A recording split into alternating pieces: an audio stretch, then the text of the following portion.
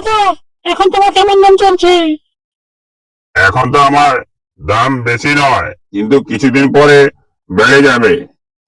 আরে তোর যতই দাম বাড়ুক না কেন, তোকে সবাই সস্তায় ভাববে। দেখেছিস তো বোন, এই ভিখারি আবার চলে এসেছে। আরে দাদা, ওকে তো সবাই খেলেই বাদগম্য করে, ওরই তো দাম নেই।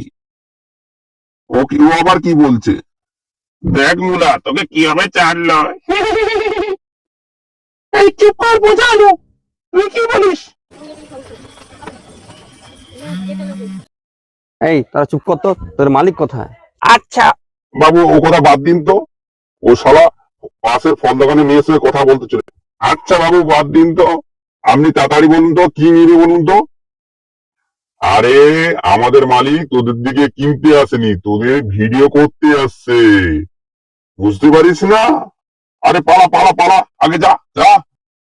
এই ব্যাপারে যেন আসছিস, যা, ঝাঁটটা দিয়ে দিতে হবে, ঝাঁটটা দিয়ে দিতে হবে।